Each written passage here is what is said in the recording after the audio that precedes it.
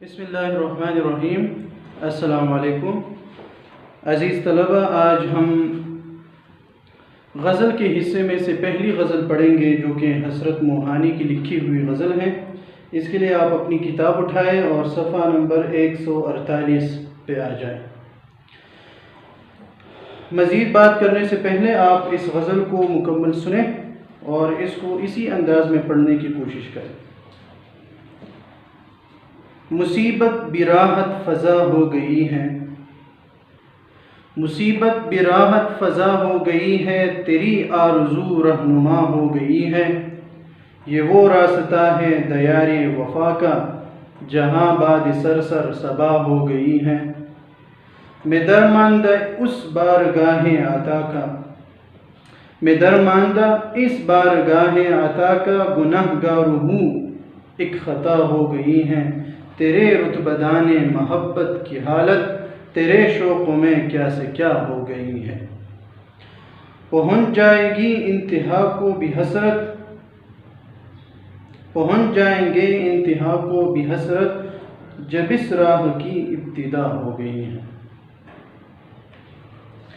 حسرت موہانی کی لکھی ہوئی غزل ہے، اور غزل کے حوالے سے ہم بات کرتے ہیں بار بار کہ غزل کا لغوی معنی ہے، یہ جو لفظ ہیں اس کا لغوی معنی ہے عورتوں سے باتیں کرنا یا عورتوں سے باتیں کرنا یا عورتوں کی باتیں کرنا، جبکہ اصطلاح میں غزل نظم ہی کی ایک قسم ہے، اور اس نظم کو غزل کہا جاتا ہے جس کا ہر شعر الگ مضمون کا حامل ہو اور جس میں خصوصیت کے ساتھ عشق و عاشقی اور حسن وغیرہ کی باتیں کی گئی ہوں۔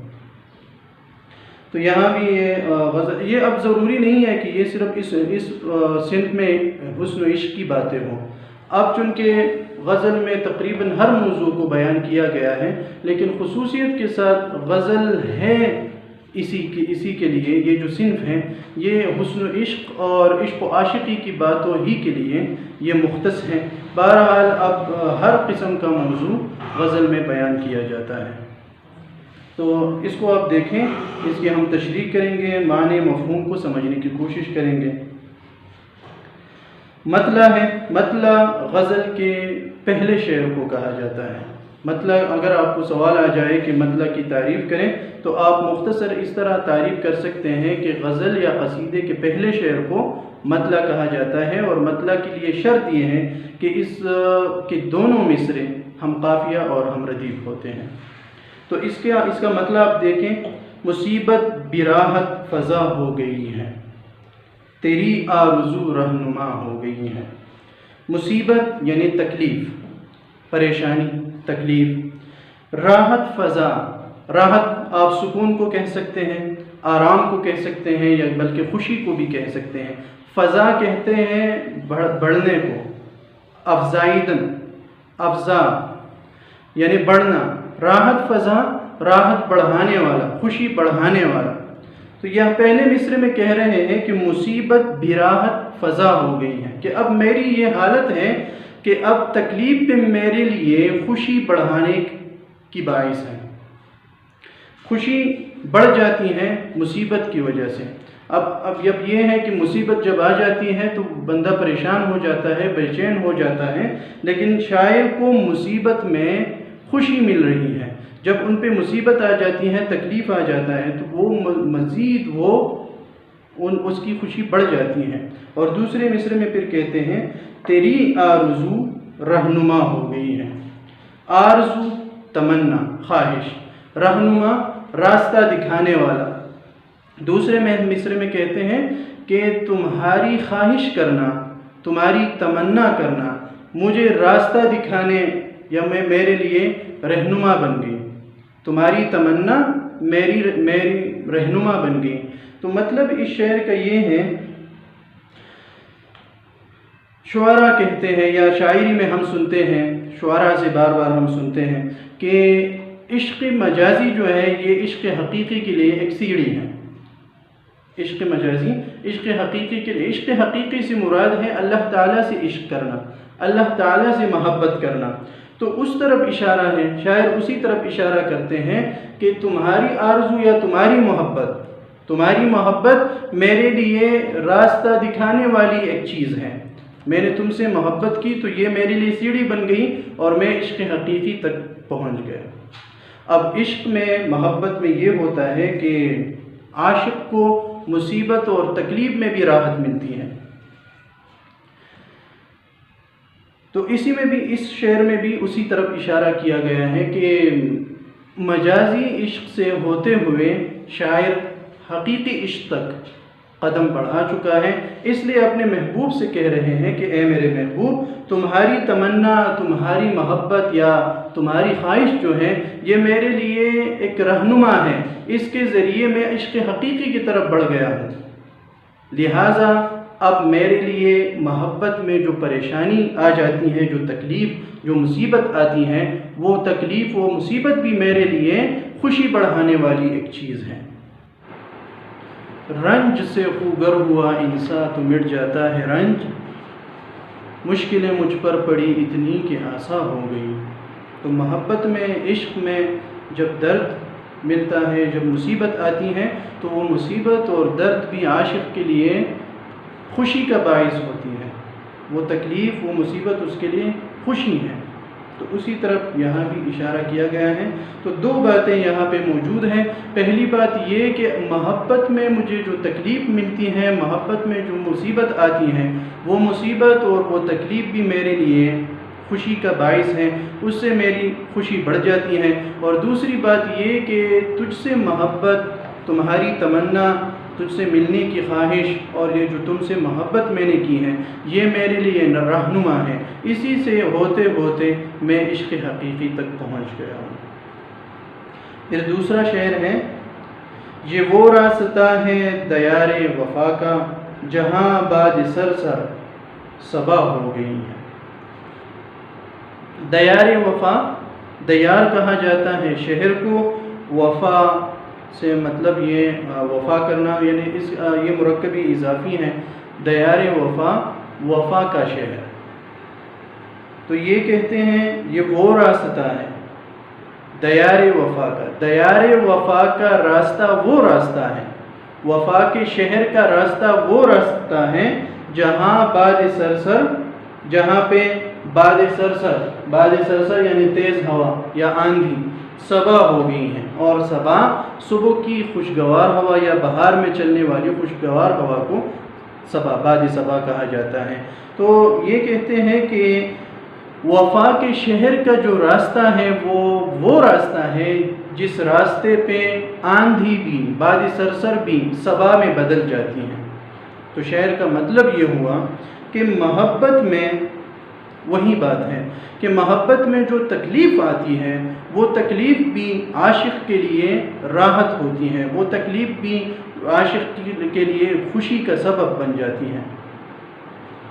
شاعر دوسرے شعر میں کہتے ہیں کہ وفا کے شہر کا جو راستہ ہے ایک ایسا راستہ ہے، یا محبت ایک ایسی چیز ہے کہ جہاں پہ باد سرسر یعنی تیز ہوا یا آندھی باد صبا میں بدل جاتی ہیں، جہاں پہ مصیبت خوشی میں بدل جاتی ہیں، یعنی کہ محبت میں مصیبت ملنا، محبت میں تکلیف کا ملنا، یہ عاشق کے لیے خوشی کا باعث ہوتی ہے۔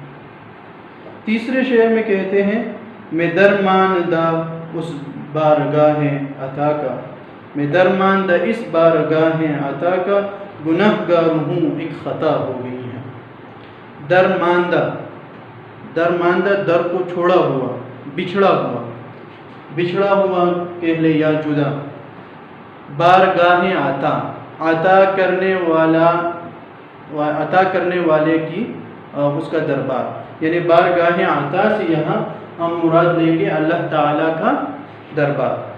شاعر کہتے ہیں میں درماندہ ہوں، میں بچھڑا ہوا ہوں، کہاں سے؟ بارگاہ عطا سے، یعنی اللہ تعالیٰ کے دربار سے میں بچھڑ چکا ہوں،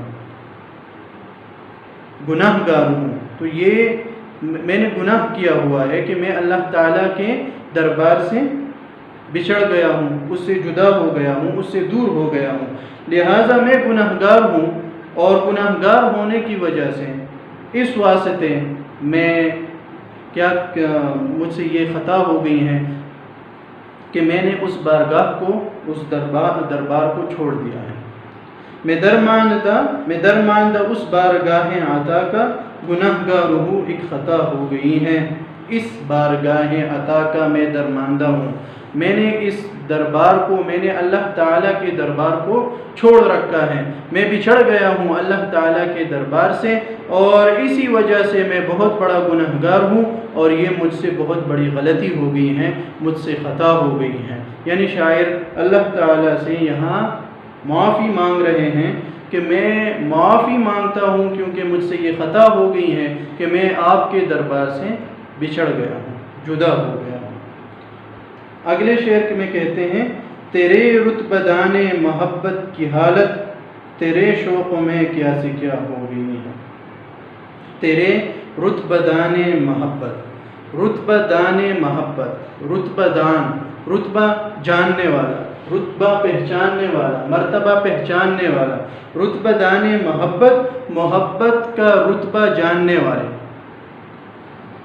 تیرے رتبہ دان محبت کی حالت، ان لوگوں کی حالت، پہلے مصرع میں کہتے ہیں وہ لوگ جو محبت کی قدر و قیمت جانتے ہیں، جو تمہاری محبت کی قدر و قیمت کو پہچانتے ہیں، تمہاری محبت کے رتبہ دان ہیں، اس کا رتبہ پہچاننے والے ہیں، جاننے والے ہیں، ان کی حالت تیرے شوق میں کیا سے کیا ہو گئی ہے، کہ وہ تمہارے شوق میں، وہ تمہارے تجھ سے ملنے کی خواہش میں کیا سے کیا ہو گئی ہے۔ کیا سے کیا ہونا، یعنی ان کی حالت بہت خراب ہے۔ یعنی یہاں پہ یہ کہا جا رہا ہے کہ جن لوگوں نے اللہ تعالیٰ سے محبت کا مزہ چکھ لیا ہے، وہ تمہارے شوق میں ان کی حالت انتہائی بدتر ہے۔ تمہارے شوق میں یعنی تم سے ملنے کے شوق میں، تم کو آپ کی دیدار کے لیے ان کی حالت غیر ہو گئی ہے۔ لیکن کون لوگ؟ جو تمہاری محبت کی قدر و قیمت جانتے ہیں، جو تمہاری محبت کا رتبہ جانتے ہیں۔ تو چوتھے شعر میں شاعر کہتے ہیں کہ وہ لوگ جو اللہ تعالیٰ کی محبت کی قدر و قیمت جانتے ہیں، وہ اللہ تعالیٰ سے ملنے کی خواہش میں ہمیں اس کی حالت انتہائی خراب ہے۔ ان کی خواہش ہے کہ وہ اللہ تعالیٰ سے ملیں، ان کو دیکھیں اور ان کا دیدار کریں، اس لیے وہ اس وجہ سے ان کی حالت کیا سے کیا ہو گئی ہیں، ان کی حالت انتہائی خراب ہے۔ اور آخری شعر ہے، پہنچ جائیں گے انتہا کو بھی حسرت جب اس راہ کی ابتدا ہو گئی ہے۔ اس راہ کی یعنی عشق کی، جب میں نے عشق کی ابتدا کر لی ہے، اللہ تعالیٰ سے عشق کی ابتدا میری ہو گئی ہے، تو ہم اس راستے میں، یہ جو عشق ہے، اس میں انتہا تک بھی پہنچ جائیں گے۔ آخری شعر ہے، شاعر کیا کہتے ہیں کہ میں نے اس راستے کی ابتدا کر لی ہے، اس راستے پہ چلنا میں نے شروع کر دیا ہے۔ کون سے راستے پہ؟ اللہ تعالیٰ سے محبت کرنے کا جو راستہ ہے، اس کی یہ جو راہ ہے، اس راہ پہ میں نے چلنا شروع کر دیا ہے، یہ سفر میں نے شروع کر لیا ہے، اور ایک دن آئے گا کہ یہ راستہ ختم بھی ہو جائے گا، کیونکہ ابتدا تو پہلے سے ہو گئی ہے، تو ہم انتہا تک بھی پہنچ جائیں گے۔ یعنی اللہ تعالیٰ سے محبت کی جو انتہا ہے، اس حد تک بھی ایک نہ ایک دن میں پہنچ جاؤں گا۔ تو اس تمام غزل میں شاعر نے اللہ تعالیٰ سے محبت کا اظہار کیا ہے، مختلف اشعار میں مختلف موضوع کے ساتھ، مختلف مضمون کے ساتھ انہوں نے اللہ تعالیٰ سے محبت اور اللہ تعالیٰ سے محبت میں جو مزہ ہے، جو لطف ہے، اس کو بیان کرنے کی اسد موہانی نے کوشش کی ہے۔ تو آپ اس کو سنیں، کوئی بھی اس میں اگر مسئلہ ہو تو پھر آپ مجھ سے پوچھ سکتے ہیں۔